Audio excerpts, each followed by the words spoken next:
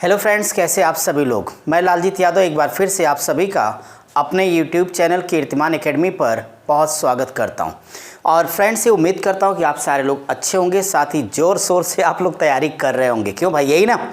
तो ठीक है, बहुत अच्छी बात है, तैयारी में लगे रहिए। एग्ज़ाम की डेट है, तनाव नहीं लेना, बिल्कुल नहीं लेना है, क्योंकि परीक्षा पास होना एक कला है। चलिए, किसी दिन वो कला भी हम आपको किसी एक क्लास में सिखाते हैं।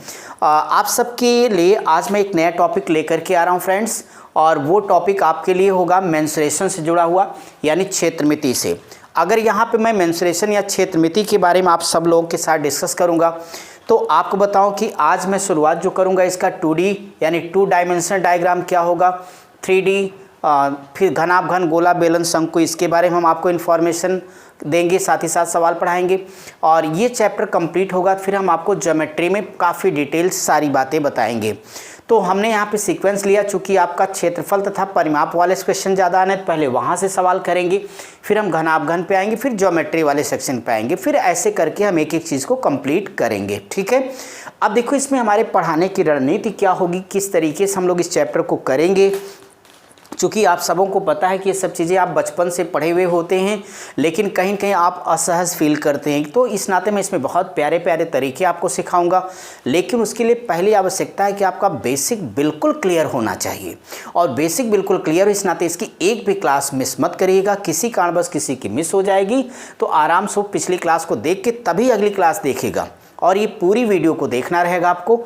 चलिए, अब हम आपको यहाँ पे क्लास की स्टार्ट करते हैं। चलिए, कॉपी पेन फटाफट सब लोग निकालिए और वहाँ पर हेडिंग लगा दीजिए क्षेत्रमिति। बड़ा खूबसूरत शब्द है, तो लिखिए क्षेत्रमिति। ये क्षेत्रमिति शब्द आपके पास आ गया। क्षेत्रमिति यानी मेंसुरेशन। अब ये क्षेत्रमिति या मेंसुरेशन क्या है, देखो अभी तो सब बातें हम ज्योमेट्री में डिटेल में कर रहे हैं, बट यहाँ पे बताता हूँ आपको कि जो क्षेत्रमिति है एक्चुअली ये 2 सेक्शन में डिवाइड है। पहले बेसिक समझिए और इसका पूरा सिस्टम जानिए, क्या करना है, कैसे करना है। इसका जो पहला सेक्शन डियर स्टूडेंट्स होगा वो 2D होगा। अभी 2D क्या मैं आपको बताता हूँ, सारी बात बताता हूँ।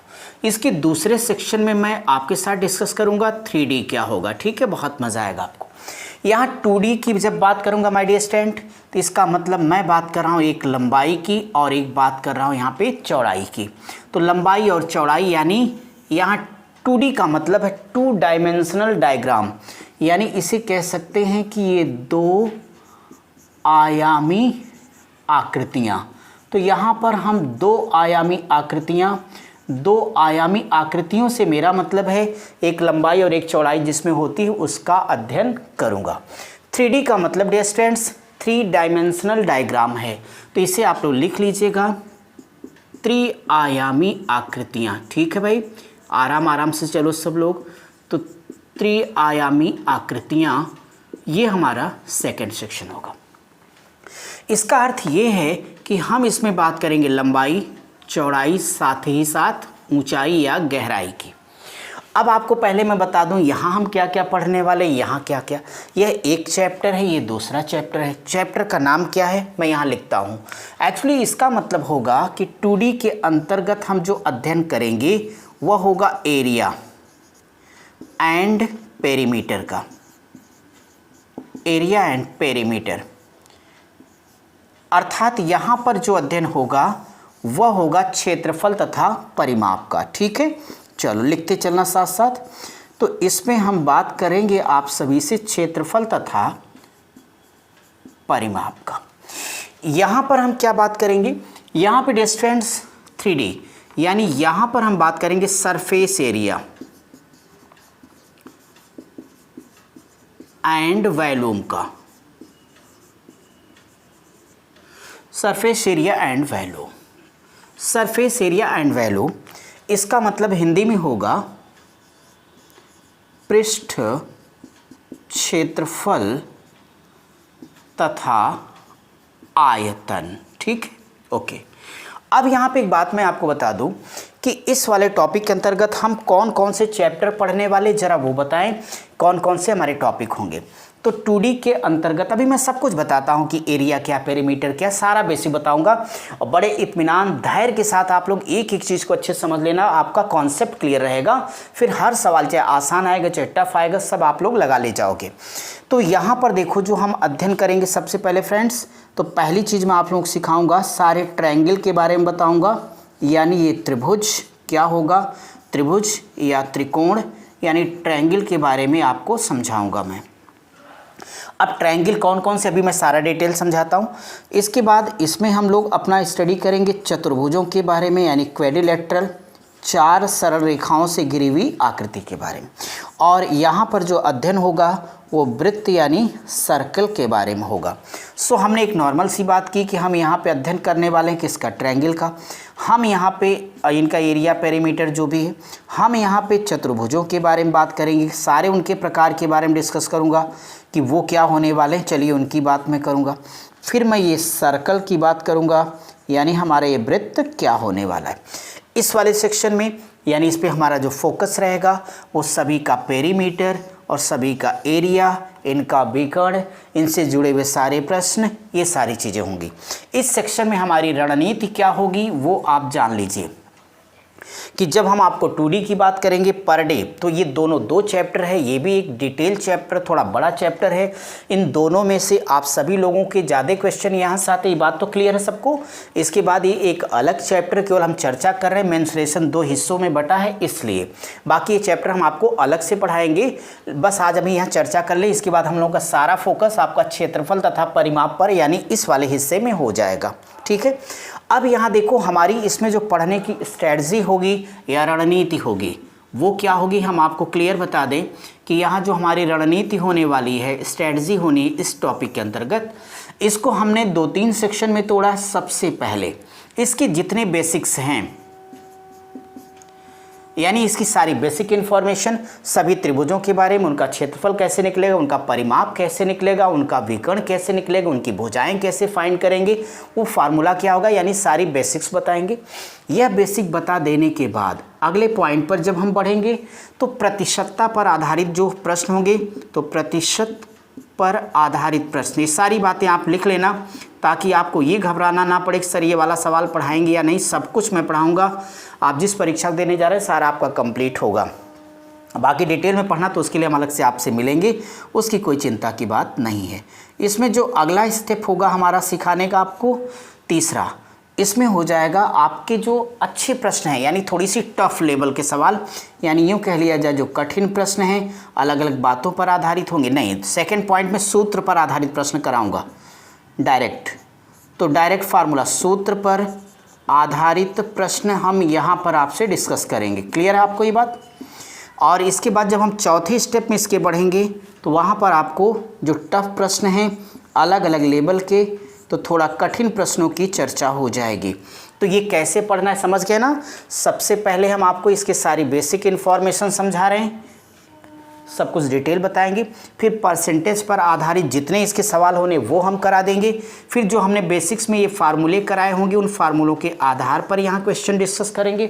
इसके बाद इतनी बातें जब आपकी हो जाएगी तो आपके अंदर एक कॉन्फिडेंस भी आ चुका होगा, और उसके बाद जो टफ लेवल के सवाल हैं उनको हम लेंगे 1 मेथड, 2 मेथड, 3 मेथड, जैसी आवश्यकता होगी। इजी से टफ सवाल होगा उसके बेस पर हम कराएंगे, तब जाकर के हमारा ये पहला सेक्शन कंप्लीट हो जाएगा।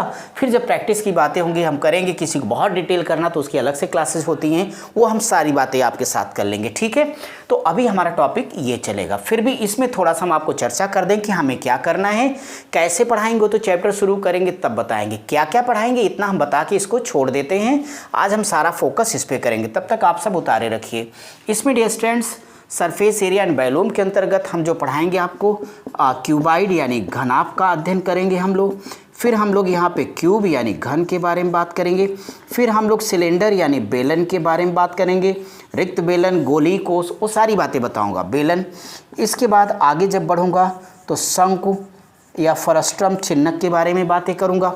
फिर मैं यहाँ पे स्फीयर यानी गोला के बारे में अध्ययन हम लोग करेंगे। अर्धगोले का अध्ययन करेंगे।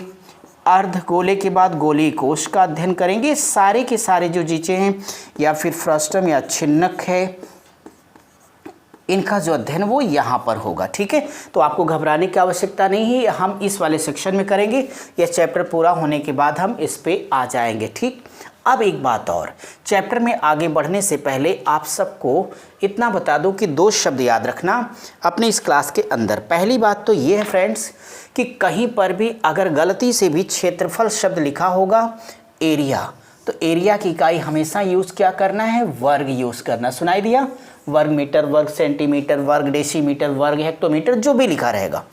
और जहाँ कहीं भी वॉल्यूम शब्द लिखा रहेगा आयतन, वहाँ पर इकाई यूज की जानी है क्यूब, यानी घन मीटर, घन सेंटीमीटर, घन डेसीमीटर, ऐसे। ठीक है, यहाँ तक क्लियर, कोई डाउट तो नहीं किसी को। चलिए, तो अब अपनी कॉपी पर इतना बना लेने के बाद आपकी हेडिंग क्या लगेगी, क्षेत्रफल तथा परिमाप, एरिया एंड पेरीमीटर, पार्ट 1 शुरू करें। ओके फ्रेंड्स, चलिए भाई, अब मैं आप सबके लिए यहाँ पे शुरुआत करता हूँ और थोड़ा सब लोग आगे बढ़िए मेरे साथ, बहुत मज़ा आएगा आपको इस टॉपिक के अंतर्गत। बस बेसिक। अच्छा, एक अच्छी बात ये रहती है कि ये टॉपिक कहीं न कहीं आप सभी लोग बचपन से थोड़ा पढ़े रहते हैं, हम लोगों के साथ भी आप लोगों ने इस पर एक अच्छी स्टडी की होती है, तो इस नाते इसमें बहुत दिक्कत नहीं आएगी। ठीक है, और साथ ही साथ ये तो हमारी आपकी ज़िंदगी से जुड़े हुए टॉपिक हैं। सुबह शाम हम लोग यही सब काम करते हैं, कमरों में रहते हैं। आप देखो, जिस कमरे में रह रहे हो सिर्फ निगाहों का फ़र्क होता है। अगर उस कमरे में आपको लंबाई चौड़ाई नज़र आती है तो वह 2D है, अगर उसी में लंबाई चौड़ाई के साथ साथ ऊंचाई या गहराई भी नज़र आए तो वह 3D हो जाएगा, है ना भाई। चलिए, तो अब हम लोग बेसिक स्टार्ट करते हैं। सबसे पहले इस क्षेत्रफल तथा परिमाप को पढ़ाने से पहले ये मैंने आपसे कह दिया कि 2 शब्द हैं, पहले इन्हें हम समझ लेंगे कि वास्तव में परिमाप क्या होगा, क्षेत्रफल क्या होगा, फिर हम आपको कुछ पढ़ाना शुरू करेंगे। एक पॉइंट हमने कह दिया है, यहाँ मैं लिख देता हूँ, आप लिख देना, क्षेत्रफल यानी एरिया। तो क्षेत्रफल यानी एरिया की यूनिट यानी इकाई, की इकाई वर्ग यानी स्क्वायर होगी। जहाँ कहीं भी आप लिखेंगे आपको ध्यान रखना होगा। अब मैं आपके लिए 2 शब्दों को समझाना है, तो एक छोटा सा डायग्राम लेता हूँ, दोनों बातें आपको समझा देता हूँ कि वास्तव में आपका ये क्षेत्रफल क्या है, यानी एरिया क्या होगा, मैं ये समझाने जा रहा हूँ आपको। पेरीमीटर क्या होगा, ये समझाने जा रहा हूँ।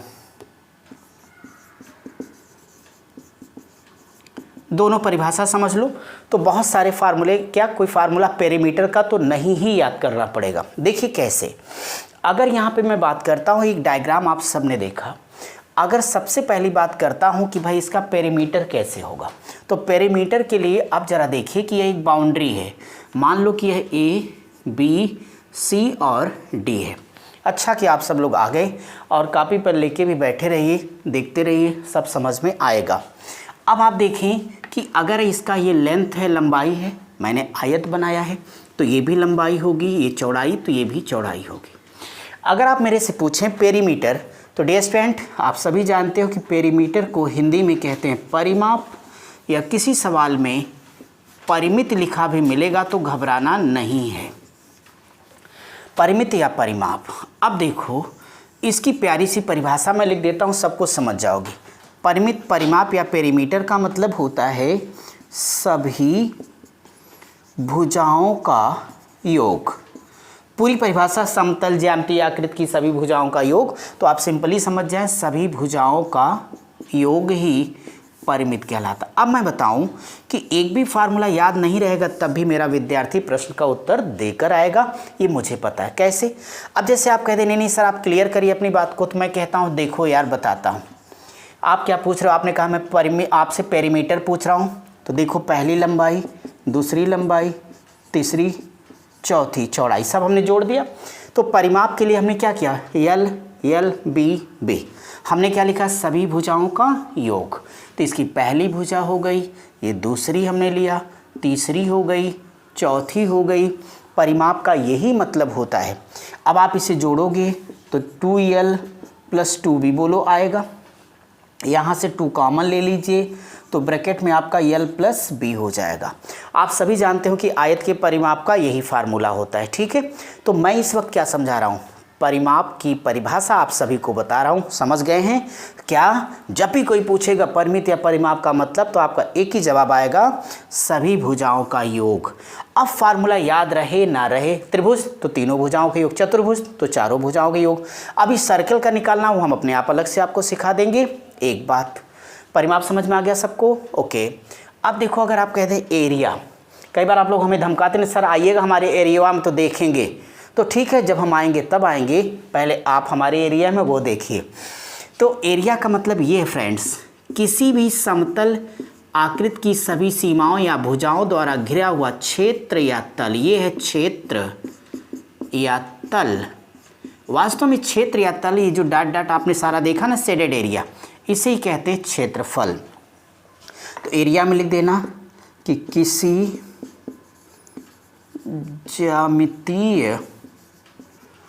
किसी ज्यामितीय आकृति की भुजाओं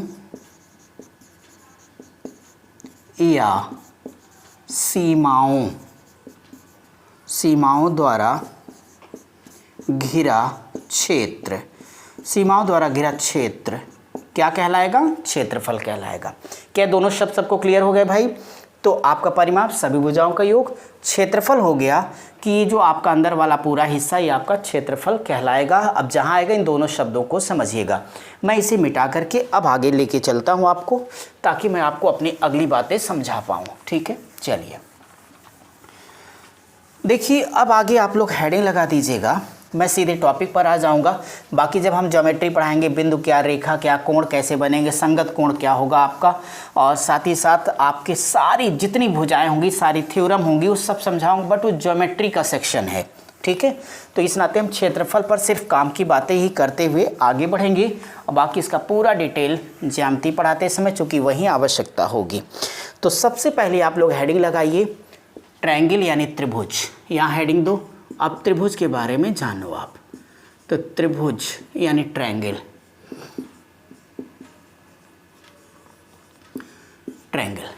अगर यहाँ पे त्रिभुज की बात करता हूँ, बहुत छोटी सी परिभाषा है, यहाँ लिख लेना, तीन सरल रेखाओं से घिरी आकृति को त्रिभुज कहेंगे। तीन सरल रेखाओं से घिरी आकृति, बस शार्ट में लिखिए, आपको याद रहेगा। तो तीन सरल रेखाओं से घिरी आकृति को क्या कहेंगे? त्रिभुज कहेंगे। इसी में नीचे लिख देना कि त्रिभुज के तीनों अंतः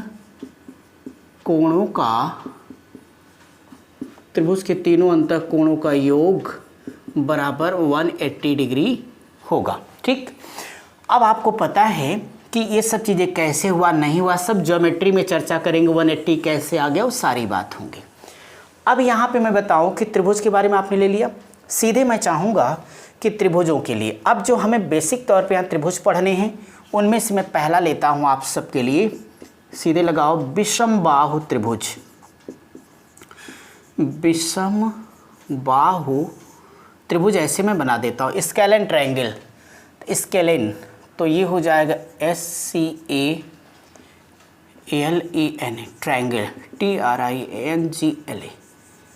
देखो, सबसे आसान परिभाषा इसकी मैं लिख देता हूँ ताकि आपको टेंशन ना हो।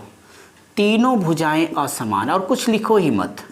तो तीनों भुजाएं असमान, क्या मेरी बात समझ में आ गई आपको? तो यानी वह त्रिभुज जिसकी तीनों भुजाएं असमान हो उसे कहा जाता है विषम बाहु। विषम बाहु नाम से ही स्पष्ट है कि जिसकी जो बाहु हैं, भुजाएं हैं, वो क्या हो, बराबर ना हो। यहाँ पर मैं एक डायग्राम बना देता हूँ, क्योंकि बिना डायग्राम के यहाँ पे मज़ा नहीं आने वाली। तो डियर स्टूडेंट्स, ये हमने आपके लिए एक डायग्राम बना दिया, ट्रायंगल बना दिया। मान लो कि यह A है, B है, ये C है। ज़रा समझना, अब देखो ये एंगल A है, तो एंगल A की सामने की भुजा A होगी, कहीं कुछ भी नहीं लिख सकते। B के सामने की B हो जाएगी, और C के सामने की C हो जाएगी। अब देखिए, अगर मैं इन तीनों भुजाओं की बात करूं, तो बाकी आप सभी जानते हो त्रिभुज है, तीन भुजाएं होंगी, तीन कोण होंगे, तीन शीर्ष होंगे। ये सब छोटी छोटी बातों पर चर्चा हम करेंगे ज्यामिति पढ़ते समय। आज तो हम 2D की बात कर रहे हैं। तो ये आपके पास आ गया विषम बाहु त्रिभुज। अब इस विषम बाहु त्रिभुज में जब परिमाप की बात करोगे तो देखो यार, परिमाप आपके लिए सिंपल सी बात है कि कोई व्यक्ति परिमाप कहेगा पेरीमीटर, तो आपको क्या शर्माना है? क्या कुछ नहीं शर्माना है। आपने पढ़ा परिमाप तीनों भुजाओं का योग होता है, तो a + b + c लो हो गया आंसर। a + b + c इसका परिमाप, पहला फार्मूला याद रखना।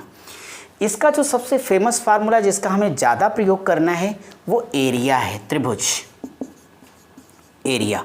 डियर फ्रेंड्स, इसके एरिया का फार्मूला आपने पढ़ा होगा √s × s - a × s - b × s - c। यहाँ लिख देना जहाँ s बराबर a + b + c/2। नीचे लिखना तथा ABC त्रिभुज की भुजाएं हैं। बात समझ आई मेरे भैया? ये यस का मतलब क्या होगा फ्रेंड्स? तो आप लोग कह देना सेमी पेरीमीटर। इसका हिंदी में मतलब होता है अर्ध परिमाप, या इसे हीरोज का फार्मूला या सूत्र भी कहते हैं। तो आपने मेरी बात समझी। अगर कोई भी व्यक्ति आपसे पूछेगा विषम बाहु त्रिभुज क्या होगा, विषम बाहु त्रिभुज के लिए बोलोगे तीनों भुजाएं असमान होंगी, परिमाप सभी भुजाओं का योग होता है। सो याद नहीं रखना है, केवल एक ही फार्मूला याद रखना है, एरिया निकालने का फार्मूला ये रहा आप लोगों का कि √s × s - a × s - b × s - c, जहाँ s यानी अर्ध परिमाप क्या हो जाएगा, तीनों भुजाओं के योगफल बटे 2। ABC त्रिभुज की भुजाएं हैं, वो कहाँ, आपको सारी की सारी भुजाएं नज़र आ रही भैया, और बस ठीक है। चलिए इसके बाद मैं आपको अगली जानकारी दूंगा। अब हेडिंग लगाइए आप लोग फटाफट।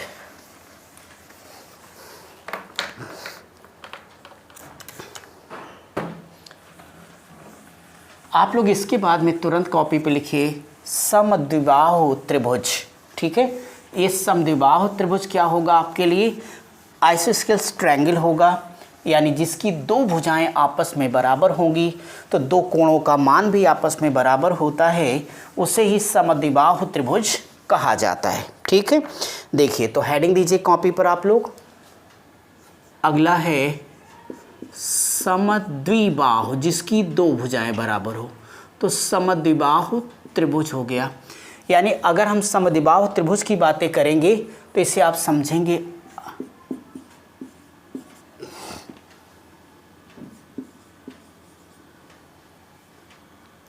आइसोस्केलेस ट्रायंगल, मैं लिख देता हूँ, आप समझ जाना। अब ये आपके लिए आइसोस्केलेस ट्रायंगल क्या होगा, तो यहाँ सिर्फ इतनी प्यारी सी परिभाषा लिख दो कि दो भुजाएं समान, दो भुजाएं समान तथा दो कोणों का मान समान। शार्ट में परिभाषा लिखिए, यानी यहाँ पर मैं आपके लिए डायग्राम बना दूँ, फिर बातें करता रहूँगा। अच्छा, इसमें आप लोग डायग्राम थोड़ा बच्चों बड़ा बड़ा बनाना, वो काम का रहेगा।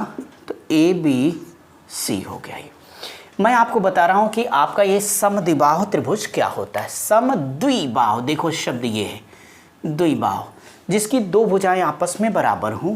तो मान लेता हूँ कि जो AB बराबर BC है, तो तय हो गया ये वाला जो एंगल देख पा रहे हैं आप, और ये एंगल, ये दोनों भी तो आपस में बराबर हो जाएंगे। तो यही आपका समद्विबाहु त्रिभुज कहलाता है। तो दो भुजाएं समान, तो दोनों कोणों का मान अपने आप समान होगा, यह समद्विबाहु त्रिभुज कहलाएगा। यहाँ से अगर मैं एक लंब या परपेंडिकुलर डाल दूँ, जिसे D नाम दे दूँ, तो ये डिस्टेंस आपका हाइट यानी ऊंचाई कहलाएगा। देखो ये तो सभी को क्लियर हो गया कि परिमाप तीनों भुजाओं का योग होगा। तो परिमाप को छोड़ो, सीधे एरिया लिखो, क्षेत्रफल। इसका जो एरिया होगा डिस्टेंस, ये जो आप BC देख पा रहे हो, एक्चुअली ये इसका है आधार बोले तो बेस हो जाएगा आपका, और ये उसकी ऊंचाई यानी हाइट है। ठीक, तो इसका फार्मूला होता है बेस इंटू हाइट बाई 2। ठीक, आप कह सकते हो कि एरिया हो जाएगा हमारे लिए ये आधार गुणे ऊंचाई बटे 2 और ये हो गया हमारा समद्विबाहु त्रिभुज। और किसी चीज़ की हमें आवश्यकता नहीं है। आधार इसका ये रहा, हाइट इसकी ये रही। सवाल कैसे लगेगा बेसिक पढ़ ले तो मैं आपको सिखाऊंगा, यहाँ तक कोई दिक्कत तो नहीं किसी को। चलिए मैं अगली बात आपको सिखाऊंगा। फटाफट अपनी कॉपी पर अब हेडिंग दीजिए, समबाहु त्रिभुज या समत्रिबाहु त्रिभुज।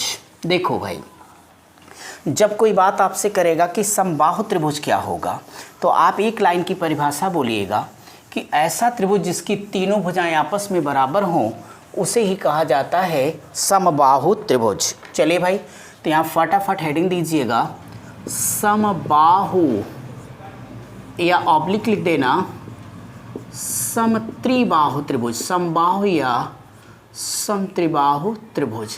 ये आपका होता है इक्विलैटरल ट्रायंगल, तो यानी इक्विलैटरल ट्रायंगल। तो इक्विलैटरल ट्रायंगल क्या होगा, यहाँ पे एक लाइन की परिभाषा लिखना, तीनों भुजाएं तथा तीनों कोणों, तीनों भुजाएं तथा तीनों कोणों का मान बराबर होता है। ठीक भाई, एक बात आप याद रखिएगा कि यहाँ पर तीनों भुजाएं तथा तीनों कोणों का मान क्या हो गया, बराबर हो गया। और जब तीनों भुजाएं तथा तीनों कोणों का मान बराबर हो गया तो वो कहलाएगा समबाहु त्रिभुज या इक्विलैटरल ट्रायंगल। अब यहाँ पर एक डायग्राम बनाइए, क्योंकि बिना चित्र के ज़िंदगी अधूरी है। क्यों भाई, ऐसा है ना। ओके, यहाँ पर मैंने लिया ABC, बस बड़े प्यार से तीनों को ऐसा खींचना कि बराबर दिखना चाहिए। इसका हर एंगल आपस में बराबर होगा, और जब बराबर होगा तो सभी का योगफल 180 डिग्री होगा। तो इसका प्रत्येक एंगल अपने आप में कितने का होगा, 60 डिग्री का हो जाएगा। ठीक है डियर स्टूडेंट्स, यहाँ से एक परपेंडिकुलर यानी लंब डाल दो, तो यह इसका कहलाता है लंब, या फिर ये इसकी हो जाएगी ऊंचाई, और आपका बाकी बेस तो पड़ा रहेगा। अब यहाँ बताऊँ कि इसका पहला फार्मूला क्या लिखिएगा, फटाफट। पेरीमीटर इसका क्या होगा, परिमाप। मान लेता हूँ भुजा ये, तो सब जगह ए आ जाएगा। इसका पेरीमीटर होगा 3 गुणे A3 इंटू साइड, 3 गुणे भुजा। दूसरा महत्वपूर्ण फार्मूला लिखना आप लोग, इसका एरिया या क्षेत्रफल बहुत इंपॉर्टेंट है, √3/4 और गुणे A स्क्वायर यानी भुजा का स्क्वायर। इसका ये फार्मूला बहुत काम आएगा, सो इसको हमने स्पेशली घेर दिया है, इसे आप ध्यान में रखिएगा। यहाँ पे अगला जो फार्मूला डिस्टेंस, वो कभी अगर ये लंब दिया है या इसको पूछा है तो क्या करना है, आप लोगों को लिखना है समबाहु त्रिभुज का लंब या ऊंचाई बराबर √3/2 और गुणे आपका साइड यानी भुजा होगा। इस फार्मूले को ध्यान रखना भैया, कभी अगर लंब पता रहेगा भुजा नहीं पता होगी तो इसी का पक्षांतर करके निकाल लिया जाएगा। क्या बात भी आप सबके समझ में आ गई है? चलिए अच्छी बात है। तो ये हमने त्रिभुज के बारे में, एक त्रिभुज और रह गया, चलिए उसके बारे में चर्चा कर लूँ। फटाफट अपनी कॉपी पर हेडिंग लगाइए आप लोग।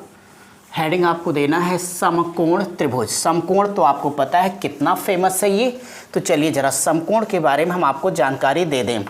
तो आपका ये जो क्लास होगी इसमें बेसिक आपका बस कंप्लीट हो जाए, फिर तो आपको फिर फटाफट सवाल पे बढ़ना ही है। इसको धीरे धीरे एक एक चीज़ अच्छे से देखना। तुरंत हेडिंग लगाओ समकोण त्रिभुज, यहाँ पर हेडिंग दे दीजिए समकोण त्रिभुज, राइट एंगल ट्रायंगल। समकोण त्रिभुज, छोटी सी परिभाषा लिखना कि इसका 1 एंगल, एक कोण, यह बराबर क्या होगा 90 डिग्री, कंपलसरी है। अब यहाँ पर एक डायग्राम हम आपके लिए बना देते हैं भैया, ताकि हमारा काम प्यार से हो जाए। ठीक, चलो ABC, इसका ये एंगल मैं आपको दिखा देता हूँ, 90 डिग्री हो जाएगा। डियर स्टूडेंट्स, 90 डिग्री के सामने की भुजा को हमेशा बोलते हैं कर्ण, यानी कर्ण आपका ये होता है हाइपोटेनस।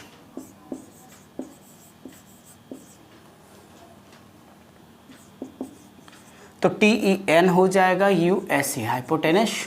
और ये आपका कहलाता है आपका ये लंब, परपेंडिकुलर होगा, तो इसे लिखना